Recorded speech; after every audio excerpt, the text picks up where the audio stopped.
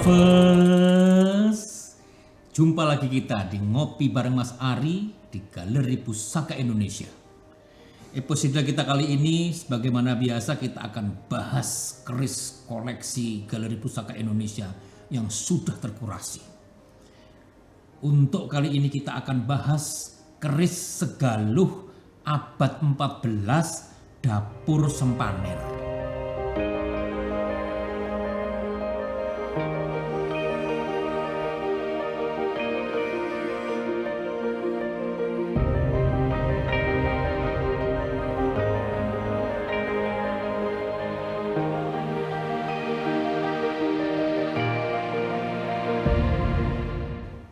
Berlawanan dengan asumsi umum, Pulau Jawa ini berkembang dari barat baru ke timur.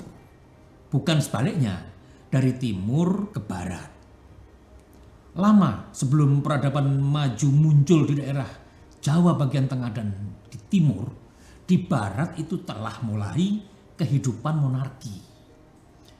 Pada masa Tarumanegara yang bermula abad 4, di kemudian hari berdirilah distrik Sundapura, menguasai pelabuhan Jakarta yang sekarang ini kita kenal, dan distrik yang bernama Galuh di daerah Ciamis kira-kira pada tahun 612. Jadi Galuh ini bermula di awal abad ke-7.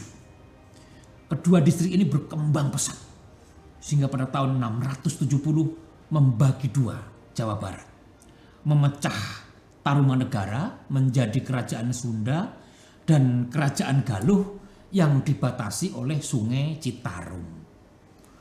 Galuh ini sedikit lebih besar karena juga menguasai sepertiga Jawa Tengah. Jadi kerajaan Galuh ini berdiri mendahului Medang, Blambangan, Panjalu, Jenggala, Kediri, Singosari, apa meneh Mojopait, dan muncul tenggelamnya kerajaan di timur beratus-ratus tahun tidak membuat Galuh hilang. They are still exist. Galuh ini menghilang namanya sebagai nama kerajaan baru setelah raja terakhir Galuh yaitu Prabu Siliwangi menyatukan Galuh dengan Sunda. Dan kalau mempelajari karakteristik dari Prabu Siliwangi yang cinta damai, pasti beliaulah yang merelakan untuk tidak menggunakan nama Galuh dan malah memilih menggunakan Sunda sebagai nama kerajaan. Tujuannya untuk supaya menghindari terjadinya perpecahan di masyarakat. Dilihat dari sejarahnya memang Sunda juga lebih dahulu berdiri dari Galuh. Cuma begini ya, antara Sunda dan Galuh itu sebenarnya pembagian wilayah antar keluarga, antar adik kakak. Sehingga secara kesukuan sebenarnya ya merupakan satu suku dan menggunakan bahasa yang sama. Tidak ada perbedaan etnik, mungkin tidak ada juga perbedaan budaya, terbagi hanya sebagai pembatasan kekuasaan dan wilayah. Nantinya dalam sejarah Jawa akan terjadi banyak pembelahan kerajaan antar keluarga. Terjadi misalnya di Kalingga, terjadi juga di Medang untuk versi Kahuripan, terjadi juga di Majapahit, terus terjadi juga di Cirebon. Satu Raja Galuh yang Mas Ari ingin sampaikan menyangkut dengan keris yang kita tampilkan hari ini adalah Prabu yang Bunisora Suradipati yang berkuasa pada abad 14, kakek dari Prabu Siliwangi, beribu kota di Kawali atau yang sekarang dikenal dengan Kabupaten Ciamis. Luar biasa. Ciamis ini memiliki sejarah panjang yang spektakuler. Pada masa ini Galuh berbatasan langsung dengan kerajaan Wilwatikta atau yang sering disebut sebagai Majapahit. Nah gini loh, ini kenapa kok suka ruwet gak karu-karuan penyebutan ini. Majapahit ini merupakan nama ibu kotanya. Nah kalau the formal name dari kerajaan yang tertuang dalam prasasti-prasasti yang diketemukan ataupun di sejarah-sejarah dunia, termasuk penyebutan di museum-museum internasional yang menjadi rujukan dari Mas Ari, ya disebutnya Wilwatikta. Jadi supaya gak lupa dengan sejarah, maka Mas Ari ingin mengangkat kembali nama aslinya, the real name, the fact name, Wilwatikta dan bukan Majapahit. Wilwatikta ini sedang dipimpin oleh Raja keempat Hayam Wuruk dengan Mahapatih Gajah Mada yang sedang bersemangat melakukan ekspansi besar-besaran dalam Sumpah Palapa. Nah, yang menarik dalam sumpah itu adalah Sunda juga merupakan daerah yang disebut dan direncanakan untuk ditaklukkan. Nah, tapi ini untuk meluas ke barat, Gajah Mada mesti berhadapan dengan Galuh. Ngeper. Karena Prabu Bunisora yang digdaya itu yang tidak pernah bisa ditaklukkan oleh Wilwatikta. Kurang canggih apa padahal? Kemampuan angkatan perang Majapahit yang pada saat itu sudah menguasai Sumatera, Bali, Kalimantan, sebagian Sulawesi, bahkan sampai bagian barat Papua. Bayangkan. Mentok tapi dengan Prabu Bunisora. Sampai berakhirnya jabatan Gajah Mada tidak pernah berhasil menyeberang ke barat memasuki Galuh. Namun walaupun sejarahnya sedikit ruwet dan simpang siur, tapi Mas Ari yakin ini benar-benar terjadi. Yaitu soal pembantaian di alun-alun Bubat. Raja Sunda yang bernama Prabu Maharaja Linggabuana yang diminta datang ke Majapahit oleh Hayam Wuruk membawa putrinya Dyah Pitaloka yang akan dipinang oleh Hayam Wuruk. Gini ya, Prabu Linggabuana yang Raja Sunda ini kan adalah kakak kandungnya Prabu Bunisora. Jadi selain sebagai raja tetangga, Bunisora kan brother, family. Prabu Linggabuana dilarang dengan tegas oleh Prabu Bunisora untuk pergi. Sebenarnya pendapatnya simpel. Gak bisa seorang putri raja diantar ke mempelai pria. Kok aneh. Ini kan menyangkut harkat dan martabat. Saran itu tidak didengar oleh Prabu Linggabuana karena pertimbangannya sedikit berbeda. Berkaitan dengan humble dan rendah hatinya Prabu Linggabuana. Jadi tidak terlalu mementingkan persoalan-persoalan lain selain membawa Dyah Pitaloka ke Hayam Wuruk untuk dipinang. Berangkatlah Prabu Linggabuana membawa putrinya. Sebelum masuk ke Majapahit, tepatnya di lapangan Bubat, mereka dihadang pasukan Gajah Mada. Gajah Mada di luar skenario dengan kehadiran Prabu Linggabuana, maka kerajaan Sunda pertanda ditundukkan oleh Majapahit. Prabu Linggabuana tidak mau menyerahkan Sunda sebagai kerajaan vasalnya Wilwatika. Terjadi pembantaian. Prabu Linggabuana kan kekuatan pasukannya kan hanya pengiring penganten, tidak siap perang. Hal ini membuat Hayam Wuruk merasa sangat terpukul dan merasa dikhianati.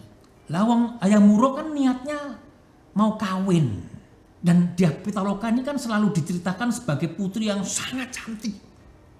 Mungkin kalau hari ini ya top model. Yang Instagramnya sudah jutaan followernya. Lah terus nggak jadi. Oh kan bete Hayam Wuruk. Mumet malah denger terjadi pembantaian. Kebayang coba perasaan hati Mas Hayam Wuruk itu mendengar berita itu antara mangkel, sebel, mumet. Mas Ari sekali lagi ingin menegaskan bahwa Sumpah Palapa itu bukan sumpahnya raja, tapi sumpah Gajah Mada sendiri. Jadi ya dia melakukan berbagai cara untuk memenuhi sumpahnya. Makanya kejadian di Bubat ini gak ada dalam sejarah yang dicatat di negara Kertagama. Karena memang bukan programnya Hayam Wuruk. Karena ini kejadian yang memalukan buat Wilwatikta. Aib ini. Dan Gajah Mada selepas kejadian itu dalam tanda kutip dibuang. Pensiun dipercepat. Pak ngopi sik. Memahami banget nih perasaan Hayam Wuruk. Jadi ngopi dulu.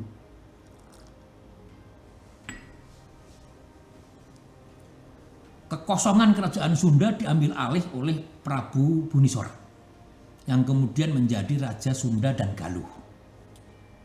Pada masa beliau inilah cikal bakal pemikiran untuk menyatukan kembali kedua kerajaan besar di Jawa Barat ini. Beliau berhasil mempertahankan Sunda Galuh, tidak pernah ditaklukkan oleh kerajaan manapun. Always exist. Sungguh luar biasa. Prabu Yang Bunisora Suratipati. Pada zaman ini juga pembuatan Tosan Aji di Barat Jawa mampu menandingi pusaka-pusaka dari Wilwatikta di timur. Terdapat perbedaan yang mencolok adalah dari panjang bilah yang lebih eksesif. Keris kita hari ini adalah keris Segaluh Dapur Sempaner abad 14. Warangkanya ini gayaman kayu trembalu. Gayaman kayu trembalu. Dengan pendoknya ini perak. Luar biasa indah. Handle kayu ukir bermotif Rajamala. Rajamala ini berasal dari kata Rojo dan Molo, yang artinya raja yang menangkal segala mara bahaya dan bencana, dengan maksud untuk menolak bala bagi pemilik pusaka ini. Simbol Rajamala pada zaman dahulu itu ditaruh di depan bagian ujung kapal. Jadi kalau kapal Titanic kan tahu kan ya, nah, di depannya itu. Nah itu Rajamala itu biasanya di depan kapal itu.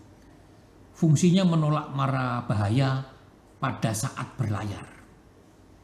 Handle-nya ini dari kayu tua yang memiliki ukiran yang sangat cantik dan detail.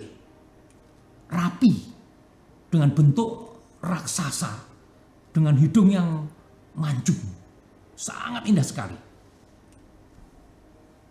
Dan handle seperti inilah handle yang langka.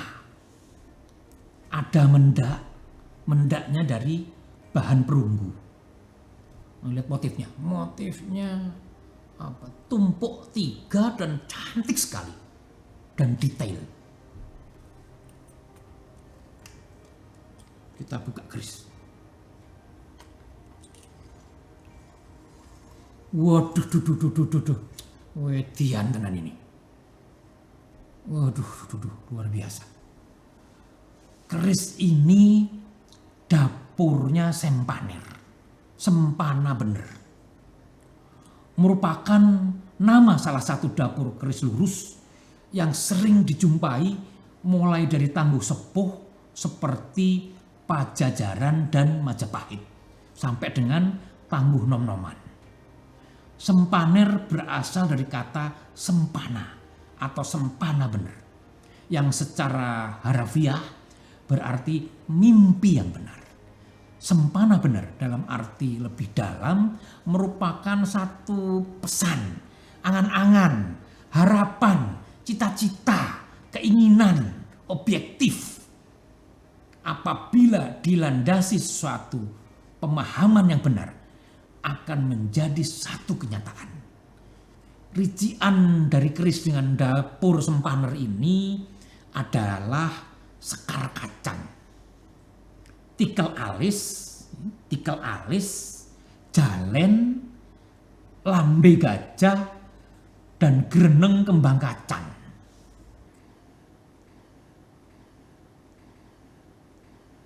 Ciri khas khusus dari keris Segaluh adalah gandiknya ini Ini gandiknya ini nonong, seperti batuknya Mas Ari. Pamor yang luar biasa ini adalah pamor Pedaringan Kebak. Kalau dilihat dari motifnya, ini sangat mirip dengan pamor Woswutah. Kalau dilihat dari sudut arti namanya pun ini berkaitan. Woswutah artinya beras tumpah, sedangkan Pedaringan Kebak artinya peti beras yang penuh. Kata pedaringan sendiri artinya peti beras. Dulu tempat penyimpanan beras umumnya orang Jawa itu dalam sebuah peti besar yang terbuat dari kayu. Dari segi bentuk gambaran pamornya, Pedaringan Kebak ini bentuknya lebih ruwet dibandingkan dengan bentuk pamor Woswutah. Pamor ini menempati hampir seluruh bilah keris. Tidak mengelompok di beberapa bagian saja. Jadi tidak spot tapi full satu bilah keris. Filosofinya adalah rezeki datang, rumah tangga tentram, karier bagus, bencana terhindarkan, rezeki mengalir tanpa henti sebagaimana beras yang mutah. Pamor ini tidak memilih, siapa saja akan cocok memiliki keris dengan pamor ini. Pada saat dahulu, pemesan keris ini adalah orang-orang yang betul-betul berkelebihan, konglomerat. Rumahnya mungkin lebih dari 5, keretanya lebih dari 7. Nah kalau rumahnya 5, keretanya 7, istrinya berapa? Itu yang kita nggak tahu. Satu lagi yang menjadikan keris ini extraordinary dan very special adalah biasanya keris Segaluh 34 sampai dengan 35 cm. Sedangkan keris ini panjangnya 39,5 cm. This is only one meaning. Keris ini luar biasa. Galeri kita masih punya ratusan pusaka Indonesia lainnya. Untuk lovers langsung subscribe channel ini, nyalain loncengnya, keluntung, biar nggak ketinggalan ngopi bareng Mas Ari. Lovers boleh komentar di bawah kalau ada kritik dan saran terkait pusaka yang kita bahas di episode kita kali ini. Lovers boleh request pusaka apa yang mau dibahas bareng Mas Ari. Dan juga silakan kalau yang mau berjodoh dengan pusaka koleksi Galeri Pusaka Indonesia. Jangan ngaku pecinta pusaka kalau belum ngopi bareng Mas Ari. Saya bukan